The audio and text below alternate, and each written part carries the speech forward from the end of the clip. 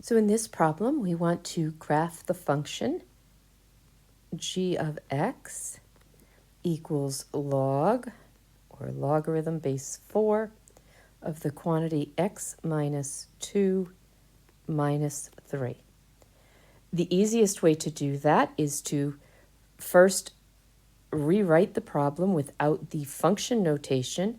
G of x is the same thing as your y variable.